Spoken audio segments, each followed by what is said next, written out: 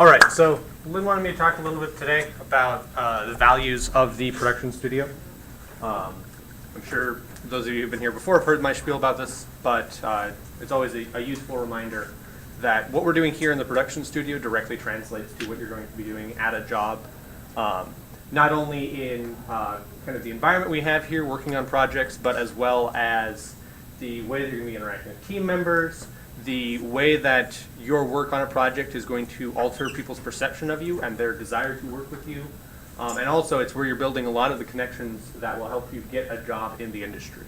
I can say from personal experience that the reason I got my first paid gig working in games was because of this production studio. And a lot of the people that we hired onto that project were hired onto that project because of how they acquitted themselves in this class. Likewise, there are folks that I will never hire or stick my neck out for because of how they acquitted themselves in this class. So that's something that's very important to keep in mind.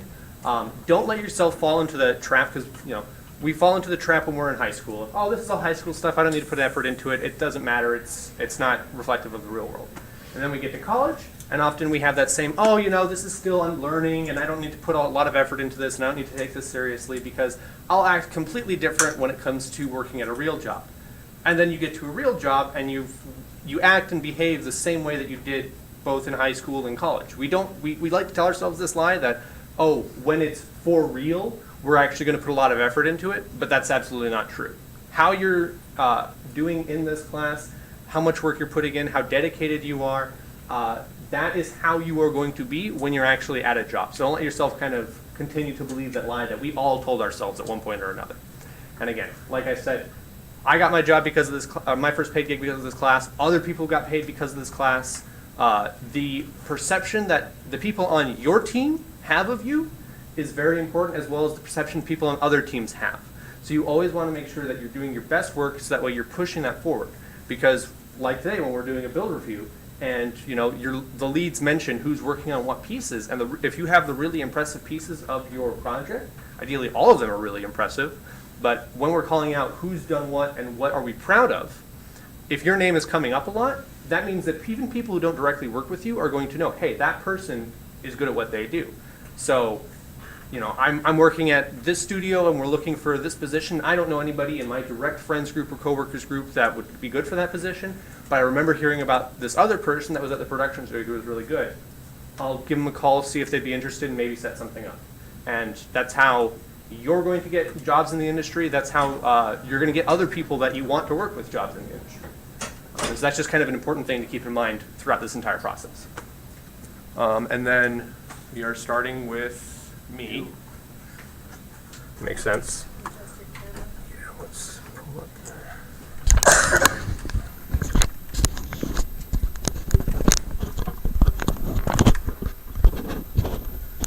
There we go. Okay. Hello, everybody. I'm Donald Cheppis. I am the team lead for Gray Area. And so for these first few weeks, for this first milestone, we've had some, honestly, the thing I can say most about this first 3 weeks is that our first 3 weeks this semester were an improvement on the first 3 weeks we had last semester. As usual, during the first 3 weeks, it's a lot of onboarding, getting people hooked into your tools, and trying to figure out, okay, we have this team, we have these people with these types of skills, what can we get done this semester? And last semester, we spent all 3 weeks just primarily focusing on getting everybody up and running, working with proper Scrum, and getting them hooked into all the tools and everything.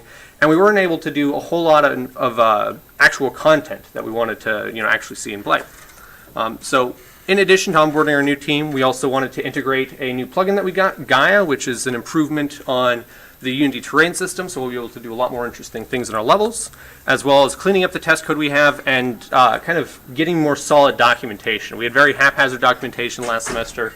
Kylie spent all this time creating a really thorough style guide and art bible that we can use. So now when we are trying to figure out, how many polys do we need to have this object be, or how should we handle the texture naming for this?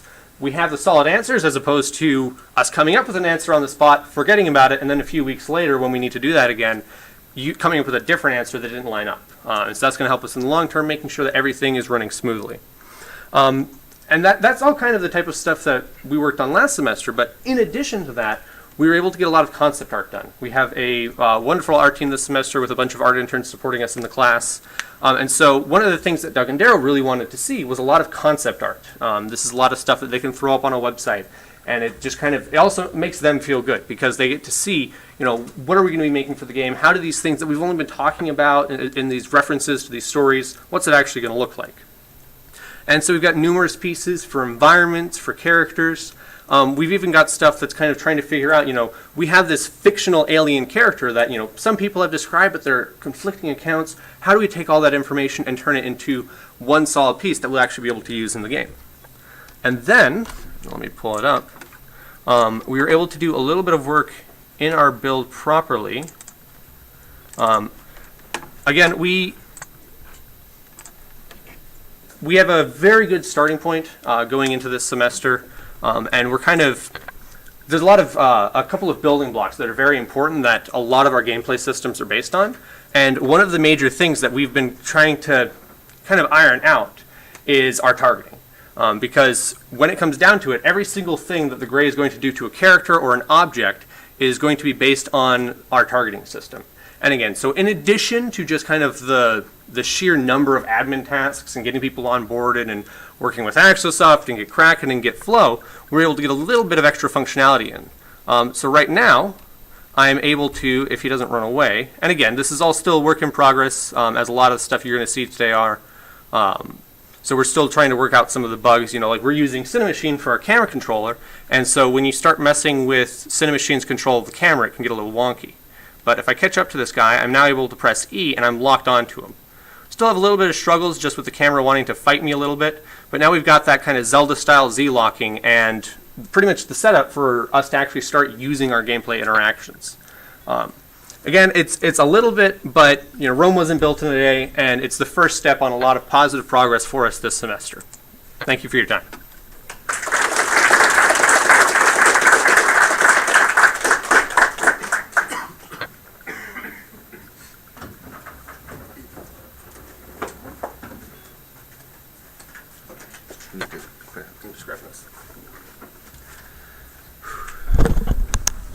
Hello everyone, my name is John Cavassi. I'm the lead for Dawn of the Dreadnoughts, and yeah.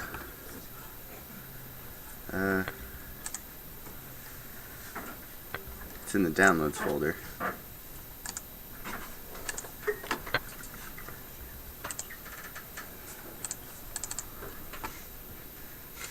Alright, so this week a lot of stuff got done, actually more than I was hoping, so I'm very proud of my team. Originally we started off with wanting to go in, clean up the code, get more of a programming doctrine so that all of our programmers know the structure of how we're going to code everything so that we end up with less spaghetti code. That got done, a special thanks to Nate Scott, who did an amazing job cleaning up the code, turning something that was extremely scary in the inspector into something that's just immaculate. Along with that, we also got a bunch of new gameplay improvements, yeah, but instead of talking about it, I'm just going to show you. So we've got the same menu. The sound's not working, but that's not what got done. So the first thing you'll notice is we got turret tracking. So a special thank you to my programmer Anthony. Our turrets now track, and along with that, our movement system has also been worked on as well, so now we can move in all directions. And so yeah. There's still a lot to do. Plan to go in more with the RTS stuff, get that really working. But for our first sprint, I'm very proud of what got done, and yeah, also the guns on the other ship track you as well. So that's really it.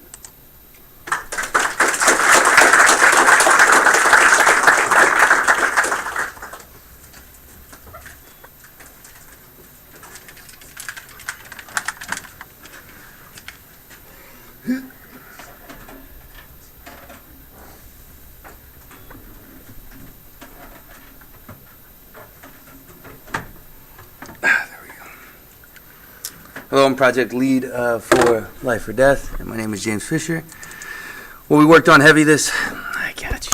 Man, it always gets me. My face. What we worked on heavy this semester. This sprint was getting a nice framework for our AI, also fixing some of the animations we had and the combos.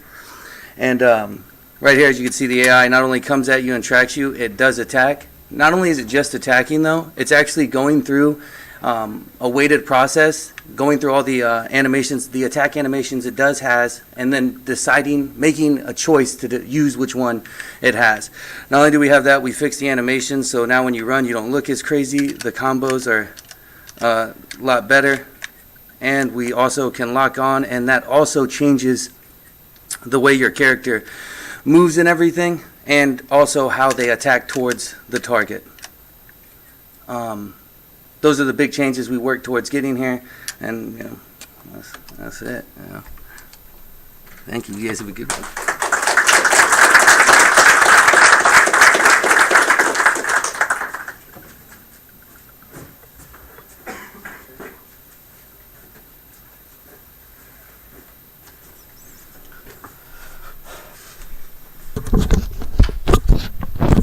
Hello, I'm Marcos Escobar, and I'm the lead for Rift Wars.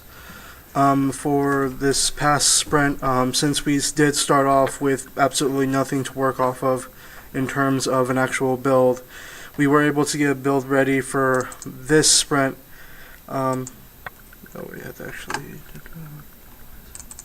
We were actually able to get a build prepared to an extent, thanks to our amazing programmers that we have on our team.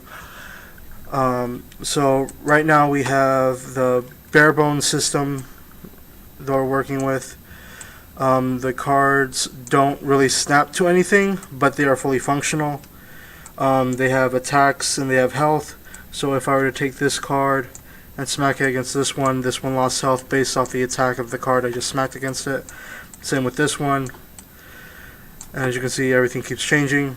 So now we have the basic building blocks that we need to work with, and as we continue on with the rest of the semester, we're hoping to continue building upon this game and put all the finer elements and all the nice details and fine-tuning that the game needs to get it up and running correctly. And that's it.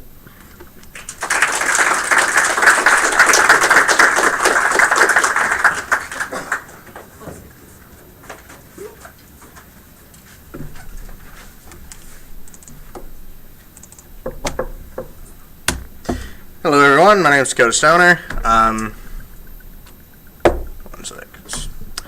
Project leader, Kings of Graffiti. So this week this past sprint we've been working on integrating Photon into our project because everybody tells me it's so much better than UNet and all that. So going with it, we don't have it fully integrated. We're almost done with it, but it's right on the verge. So a couple other things we've worked on.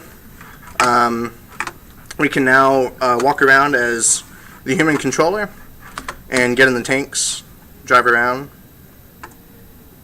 I want to shoot, but I don't want to because that was loud last time. Okay. Yeah, so able to get back out and run around. Need to work on the tank a little bit more.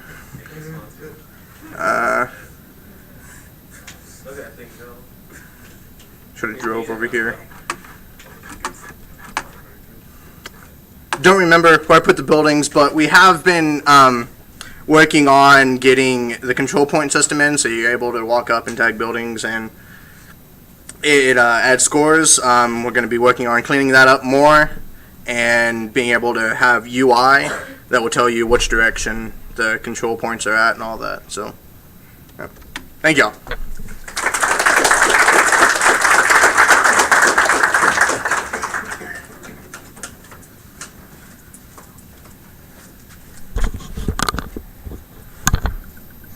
Hello everyone, I'm Jerry. I am the lead for Looters of the Arcane. We ended up getting a decent amount of work done. What I ended up doing was, instead of trying to add new mechanics, almost all of the new designers that we brought onto the team, I had them get started on playtesting and finding areas that we needed to improve immediately. We also added in sound. That's a little bit too loud. Okay, so yeah, we added in a good amount of sound because we do have a sound design team now too. So the music is Ian's, and then the bass sounds are one of the members of our sound design team. We're going to start getting in some actual voice lines here shortly. We changed up the UI just a little bit here, and then the actual UI inside the game is a lot different. We ended up moving some of the bass pieces around, so now it's a little bit less in your face and it's a little bit larger, so it's easier to see on all types of screens. And then we also changed some of the smaller locations. For instance, low ammo now appears above the ammo, no ammo appears above the ammo. And then when you're picking up items, that's a little bit different as well too. The color scheme also changed. So instead of the red, we changed it to a more light shade of blue. And the sounds kind of bring together an eerie feeling, along with the enemies having that whisper sound, which adds on top of what we already have pre-existing. Leave me alone. We already have pre-existing.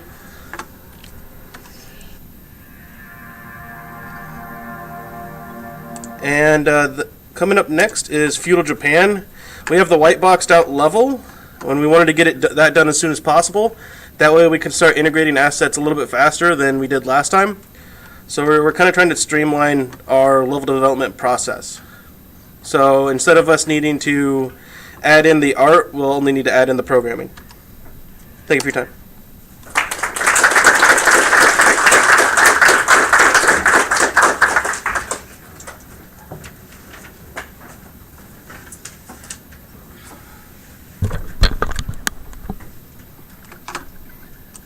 Hello, I'm Todd Dickinson, project lead for SiegeBots.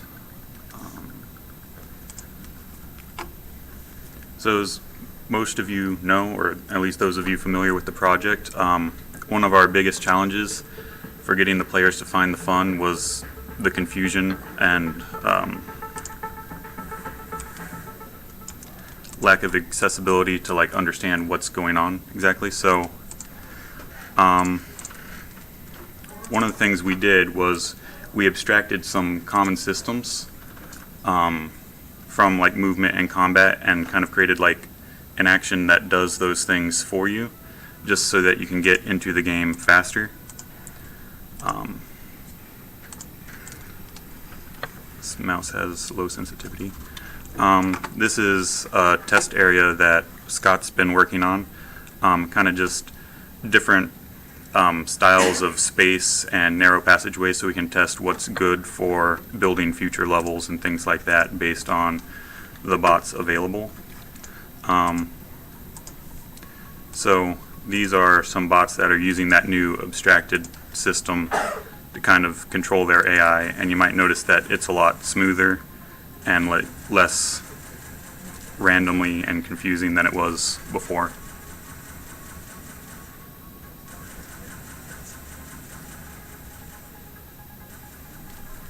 And that's primarily what we've been working on, is kind of making the flow from beginning to end smoother and more user-friendly. So thank you.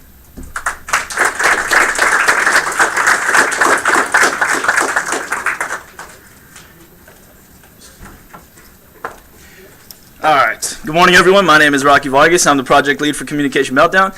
So this entire sprint was spent mostly working on a decontamination room and updating the game to 2018 Unity.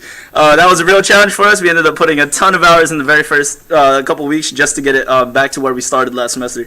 So I'm going to go ahead and play the video. This is just going to showcase that we have brought the game back to roughly where we want it. Oh, you're throwing something at me? Okay. The fun factor is definitely still there. And this is the contamination room. We're actually going to have a bunch of smoke effects and stuff going on, just to show that the player is actually decontaminating. Once you go through this door right here, it's actually going to be a cutscene. We're going to be working on that this next sprint. That cutscene is going to show that the players are going inside the reactor. And then this is just to show the core gameplay loop is once again working. If you press the wrong button, then you press the authentication button, then it's not going to work out. That wasn't right. It wasn't red. There we go. And then he turns the valve, which is the right authentication, and then he hits the button, and it's authenticated. And then this last little bit is just them being goofy. I thought this was really funny to add in.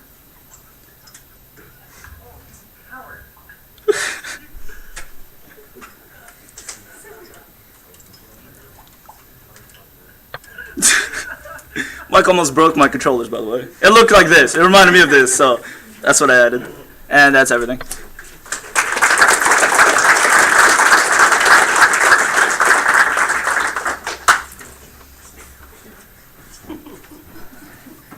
All right, let's see, is this on my face? Looks like it's probably not. Good morning, everyone. It's not me. Where is me? There we are.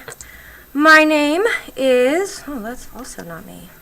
Start in the very beginning. My name is Tyler Cook. I am the team lead for the JA game. Working titles, Project Elephants. If there's an elephant in the room, you can't ignore it. So that's our working title for now, because we can't ignore it. So what's JA? Really quickly, Junior Achievement is our client-based serious educational game this semester. Our goal is to gamify JA's 100 years of proven success at teaching financial literacy to kids. So basically, we are taking their high school and middle school programs and gamifying it. We want to teach the kids how to adult in a fun way. So, over the last 3 weeks, we have been doing pre-production. Clients came to us with absolutely nothing but an idea. So, it's been a lot of design. Right now, we have an idea for 3 unique towns. It's going to be a lot of resource management and events. Client asked for some life bombs, so we're teaching these kids how to adult in life, and so things happen in life that you can't avoid.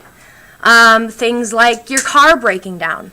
And so that's the kind of stuff that we want to incorporate in here. And then obviously in real life you need to manage your food and your water and that kind of stuff. So those are all things we want in here. And then an economy system will be included as well. In the real world you have to make money. You have to manage a budget. Those are all things that also need to be incorporated in the game to make it more realistic and teach the kids, you know, about the real world. You can see on the screen a few paper maps that the designers have come up with. The one on top is going to be kind of an overview travel map, so you can see kind of the towns laid out on there. And then the bottom is going to be a town map that has kind of the UI that's going to be laid out on the screen. And so that's an overview of our maps. Some more maps here, some more ideas that we've come up with. The one that's a little bit difficult to see on the bottom is another outline of our town, some more ideas there. And that continent map is going to be over on your other side to kind of see, so over in here, what terrain could look like and what our biomes could be, because we do want to have specific biomes that do affect the way the world works. All right, so art style. A lot of this is still to be determined. We are working with clients, so we are at the mercy of clients. So right now, because we don't have an art team, hint, hint, if you're an artist and you want to come work for us, we'd love to have you. So right now we're going to be working in 2D with pixel art just because it is the easiest to do with no artists. We are working on the idea that it will be a medieval fantasy game, but again, that is beholden to the client's wishes. Again, bit size is to be determined as well. We are drawing a lot of our inspiration from Oregon Trail. So it is that kind of serious moving game. So that's kind of our working art style. So where are we going? Right now we just kind of need to finalize those core concepts with our client, make sure that we are all on the same page. And then scope. So a lot of this is figuring out scope. We are presenting them with a full prototype of this game before the end of the semester. It's going to be a mobile application, so there's a lot of unique things that go along with that, like optimization. And so then from there, we're going to create our asset list, our full asset list, and the project in Unity, because we don't, you know, we need to get that started, and there are, once we figure out the UI, and are we doing for Android or WebGL and all that other stuff, that needs to get created. And then finally, we got to get started. We got to get started making art assets and programming and developing, and so that's where we're at. And so thank you very much for your time, and we look forward to showing you what we've got next time.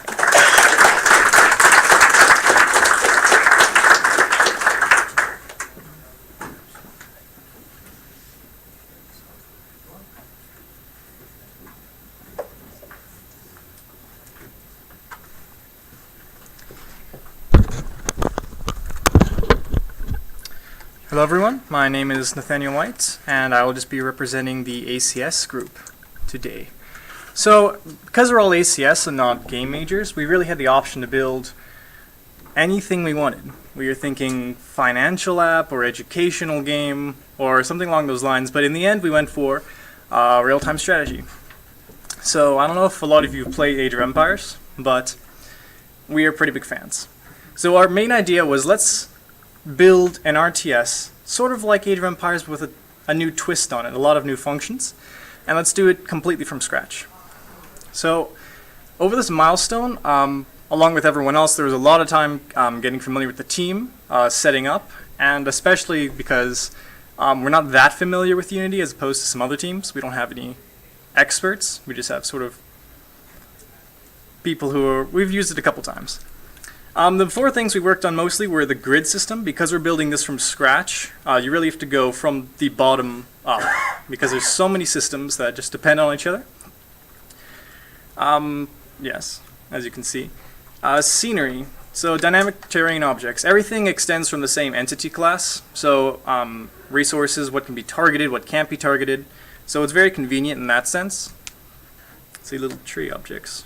As you can see, they're all sort of the same at this point. We don't have any artists on our team, so if there are any artists out there who just want to do the entire work for a game, it'll be all your work pretty much. Yeah. The camera, isometric camera, and movement with building selection. So this one's pretty cool. Again, we're really going for that same Age of Empires RTS look and feel. And then state persistence. I was really amazed that we got this done in the first sprint, but everything can be saved to a JSON and loaded back, so we can save game states. I didn't think we'd get that done, but it was really impressive. I have a great team.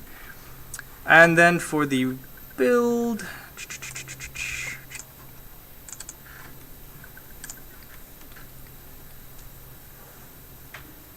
Doesn't look like much, but again, we were really going from the ground up, and after this first milestone, we have everything that we'll need to go from here and really go much faster because the game basic mechanics are in there.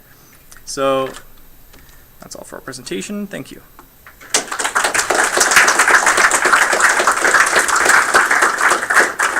All right, it's pretty exciting to have the other degree programs join us this semester. Also, let's give a round of applause to our online and all of your hard work. Here you are.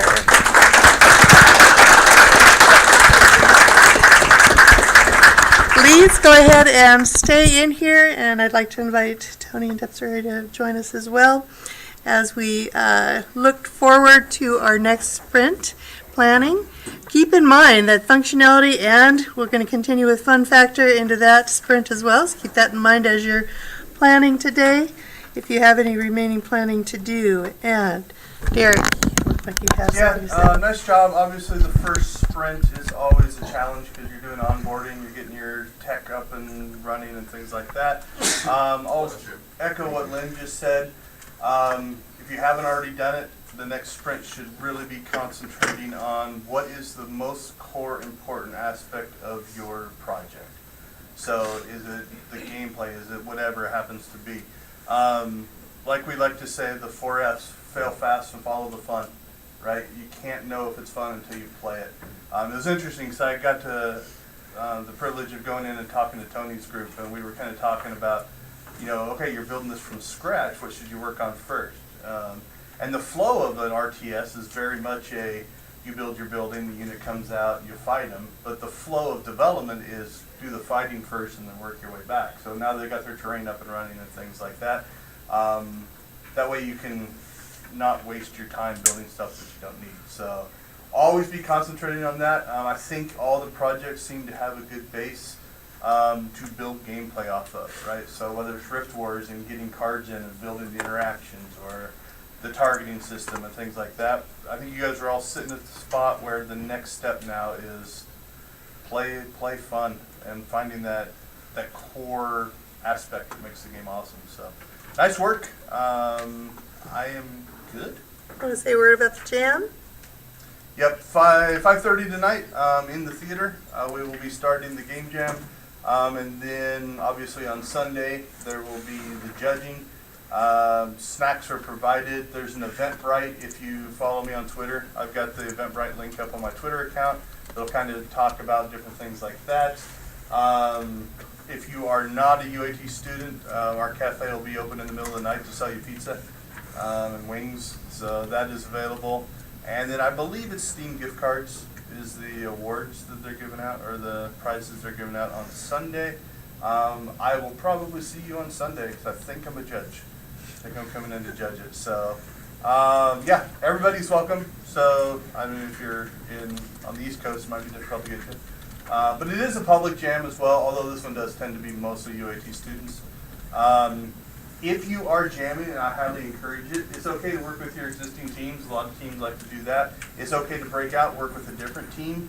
If you see a lost soul wandering about that's just kind of like doing this, like, I wonder what they're doing over there, invite them over, be engaging. They're probably a freshman. We have 4 Game 125 classes that we've been just pushing and pushing and pushing to get them to go to this jam. So a lot of them are going to be a little, I don't want to say intimidated, but they've never done it before. They don't know a lot of people yet. So yeah, invite them over. Some of them might just want to watch, you know, but try to get them involved. Think back to when you did your first jam, and if somebody would have grabbed you and put their under their wing, it is definitely helpful. So, and then maybe, can you win as a freshman? Maybe freshmen will show you guys all up. They are a lot smarter than you guys. So. Just saying. But yeah, please participate. Like I said, it's good mental floss. It kind of cleans out your first week, your first sprint, lets you do something different, and then you come back and hit it hard next week. Cool. All right, artists that are subcontractors, if you are here because I've invited you, please find me this afternoon. Come out and play test. We want to get you connected. As you've heard, artists are highly desirable this time around, so you might have a bidding war for your talents. Please come out and make sure that you get connected today, and also think about jamming with that team this weekend. Yep. Leads in here right after this meeting. What time do we have the test scheduled for? I believe it's 3:30. Make sure that you're doing that. I know the JA team has a client meeting at 3, so you guys go do that. But yeah, get the builds up. Also, if you're a new lead, either talk to me or the existing leads. We have a network share where we put all of the builds and track them. We can walk you through that. It's pretty easy to do. That way we can start to put them out on the cafe as they get to a point where feedback is appropriate. All right, bye online, bye teams. Good work. Nice first sprint. I'll say nice.